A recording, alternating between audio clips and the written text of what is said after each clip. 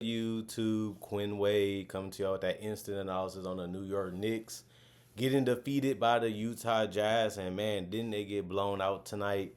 This is a game that you thought, man, I'm for sure the Knicks, they got their starting lineup. Mostly all the players that's been healthy. We got to go out there and beat the Jazz. This is a win that we definitely should get. And they ended up getting blown out today, 121 to 106. The Jazz improved to 4-12 and the Knicks fall to 9-7. Man, it would be good for them to be 10-7 right now. Well, 10-6, but they couldn't get the win today. Um, the first quarter was a stalemate, 28-28 in the first quarter. The Utah Jazz went on a great run to be able to get the lead and extend the lead after the second quarter with a 38-23 quarter. The Knicks cut into that lead, so it went to 27-21 in the third quarter. But the Jazz had a huge fourth quarter to close out the game with the win with a 34-28 fourth quarter. And when you look at the Knicks, they still missing some guys that we want to see back healthy. And I think those guys are going to be high impact guys. So I think this will be a different version of the Knicks team. But they can get any win that they can so they can stay out of that play-in tournament and have home court advantage potentially. And they still in the area where they can do that because of how they have started so far. But it was a couple guys that's had off games, even though they had easy quality shots. They just didn't make them tonight, and that just was unfortunate. And it was throughout the entire game. Mikal Bridges, 7 points, -1 and plus minus two personal fouls, one block, one steal, three rebounds. He was 1 of 7 from three, and a lot of his threes that he shot today was wide open. Like he just flat out clanked them. 3 of 15 from the field. OG Anunoby was great. If he wasn't shooting a three, he was getting to the basket, getting dunks and high percentage shots, which he usually does. But the problem with OG tonight was his foul trouble. He had 5 personal fouls. He had 27 points, which was great. Led everybody on the Knicks tonight. -7 and plus minus. He did have 2 blocks. He did have 3 steals. Like I said, this team is going to have to take gambles. They're going to have to take risk. That's just part of being a defender. You got to anticipate. You got to be trying to interrupt, even if it costs you position. Sometimes it just comes with the game and the pick your poison nature that the league is in. But 3 rebounds, one of them was offensive, 7 of 12 from the 3 point line, 10 of 19 from the field. He did still play 36 minutes at the end of the day. Towns stayed out of foul trouble, but he didn't shoot the ball well. He was 1 of 9 from three and 6 of 19 overall from the field. So if you're shooting 6 of 19 from the field and you only made 1 3 out of 9, I mean 1 3 out of 9, that's just a brutal day offensively for you because his looks wasn't that tough. But you got to give a little credit on some of the blocks and the things that they did to Towns, making them always think and making them always making quicker decisions. He probably rushed some things, couldn't really get it the way that he wanted it to go. But he never stopped shooting. He just never could get it to go in. Tonight, he finished with 16 points and 16 rebounds, and he did have 8 rebounds that was offensive. He did go 3 of 3 from the free throw line. He also did have 5 assists and 1 block. He only had 2 turnovers and 2 personal fouls, but he was a -34 and plus minus. Jalen Brunson, 23 points, -15 and plus minus. 3 personal fouls, 2 turnovers, 1 steal, 8 assists, 2 rebounds, 5 of 5 from the free throw line, 2 of 9 from three, 8 of 19 from the field. And it was just good to see Brunson still be aggressive, and he didn't shoot the ball well from the outside either. Yeah, Josh Hart, he was 2 of 4. He didn't attempt that many, but he made half of what he shot from three, and he also finished 6 of 11 from the field. You like to see that. 3 of 4 from the free throw line, 6 rebounds, one of them was offensive, 6 assists. He also had 2 steals and 3 blocks, 3 turnovers, 2 personal fouls, -37 and plus -17 points. And Jericho Sims, 2 points, plus 19 and plus minus 1 personal foul, 1 steal, 2 rebounds. One of them was offensive rebound, 1 or 2 from the field. Cameron Payne, CP, was the only guy in double figures again. They really missing Miles. They really missing Mitchell Robinson because they can bolster this bench and make it more guys that can contribute and produce on the court. 11 points for campaign, +2 and plus minus. He did get in foul trouble with 5 personal fouls. He still ended up with 2 blocks in the steal, 5 assists, 6 rebounds. He was 3 of 7 from three, 4 of 11 from the field. Tyler Kolek, 3 points, 1 personal foul, 1 block, 1 steal, 1 assist, 2 rebounds, 1 of 3 from the 3 point line, 1 of 4 from the field. And Diati, he only played 3 minutes, and he didn't do anything because of that. He was -2 and plus minus. That was the only stat that he had. The rest of the guys were still ruled out because of the injuries, or they didn't play because the coaches didn't want to. They shot 39 of 100. That's 39% from the field. They shot 17 of 51 from three. That's 33%. 11 of 12 from the free throw line. That's 91% from the free throw line. 40 rebounds, 25 assists, 10 steals, 10 blocks, 9 turnovers, and 19 personal fouls. And they only scored 106 points. But the Jazz was able to really come at them in a variety of different ways.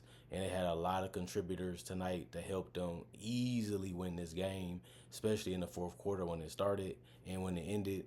John Collins, 20 points, plus 3 and plus minus, 4 personal fouls, 4 turnovers, 1 block, 2 steals, 1 assist. He did have 13 rebounds, so he had 20 and 10 tonight. 2 offensive rebounds, 4 of 4 from the free throw line, 2 of 3 from the three-point line, 7 of 11 from the field. Laurie Marketing, 34 points, plus 30 and plus minus. He did have 4 personal fouls too. 2 assists, 9 rebounds, 7 of 8 from the free throw line, 5 of 8 from 3, 11 of 15 from the field. He has been playing a whole lot better lately, and they've been involving him a lot more in the offense tonight, these last couple games. And he should be. Like, he's literally their second, third best offensive player, and he makes guys around them job so much easier because he can move without the basketball and he can catch and shoot even in transition, and he's a great rebounder when he's active, and it's just something that they needed. But they did get Walker Kessler back. He did have 11 points and 10 rebounds. 2 of them was offensive. He did have 2 assists and 3 huge blocks that really cemented that they needed him back because he's just such a mobile, big body, and he tries defensively. 2 personal fouls. He also was 1 of 2 from the free throw line, 5 of 8 from the field. Colin Sexton, 25 points, plus 32 and plus minus.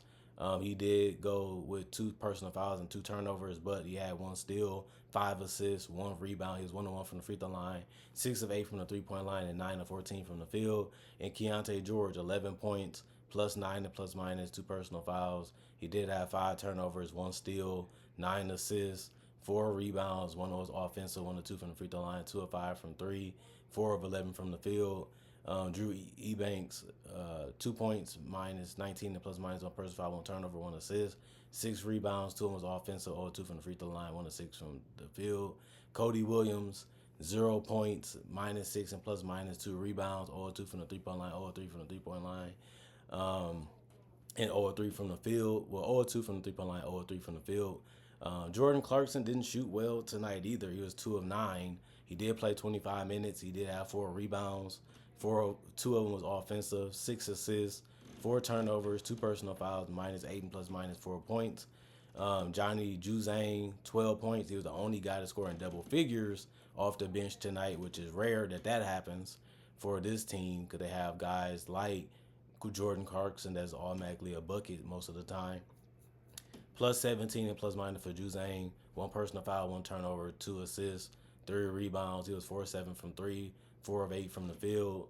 And then Isaiah Collier, 2 points, minus 17 and plus minus, 1 personal foul, 1 turnover, 2 assists, 0 of 1 from 3, 1 of 2 from the field. And the rest of the guys did not play because they was ruled out with injuries before the game, or the coaches made that decision not to let them play. This team was 44 of 87, 50% from the field, 19 of 34, 55% from 3, and 14 of 19, that's 73% from the free throw line. You're not going to lose that many games when you hold your opponent to below 40% shooting as a team, and you shoot 50% from the field and 55% from 3. You're most likely going to win that game by double figures too, especially when you also had 12 more rebounds than your opponent. 52 rebounds was just massive. They did have more assists by 30 assists, 4 steals, 4 blocks, 18 turnovers, and 19 personal fouls. And they did score 121 points, which was really good to see from the Jazz because this team has needed a win because they've been trying and they've been trying and they've been trying and they've been in close games. and now they're starting to turn a corner a little bit. I don't expect them to make the playoffs. I don't expect them to have a great regular season, especially because they got off to a terrible start. But it is good to see them still going out there playing with some type of pride, some type of energy, some type of activity, and still showing you that we still playing for our careers. We're still playing for our future jobs, even if it's not with the Jazz, because we know how dirty and how crazy and how the business game can be, and how they can love you today and forget about you tomorrow.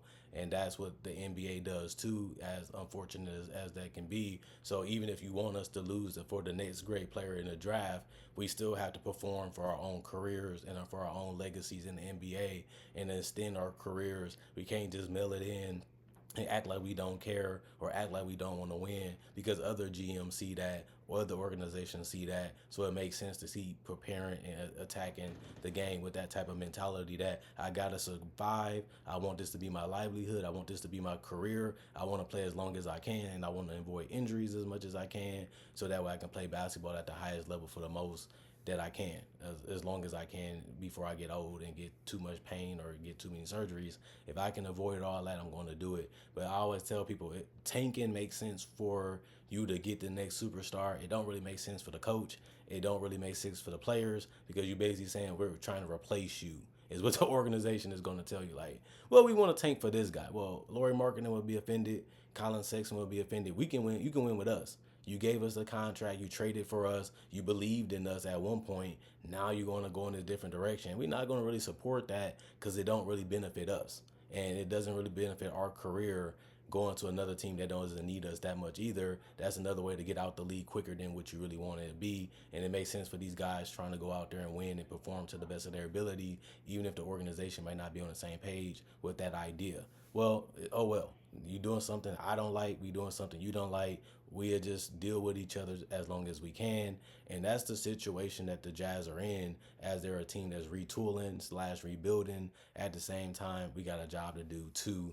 And I hope you just respect that at the end of the day as professionals. This is how we got to look at it, whether we like it or not. That's just reality. Other than that, comment, like, subscribe, share, hit the notification bell for more analysis. And if you're new to watching the channel, I make conversation videos just like this. I also do breakdowns of legends, future players, current rookies on this channel. So I already got a lot of content on the channel. Got over 2,000 plus videos, almost 3,000 on this channel. So you have an abundance of videos to watch if you're new to the channel, to convince you to be a subscriber or to follow me on other platforms too. That all will be on the channel also. And I would say, if you're busy, you had other things to do, or you had so much fun that you couldn't watch my videos, you can always watch it later. I still appreciate y'all checking in. I still appreciate y'all what y'all have done to keep the channel popular, and have really done well keeping the activity on the channel going. So I don't really have nothing to say, but I appreciate my fans. I appreciate the new ones that might come. And if you watch and you clicked off and clicked on, or you seen the channel a little bit, you still not convinced, you still supported the channel in a different way. So I still appreciate that too. So I'll see you guys hopefully later today with more analysis, and I'm gone.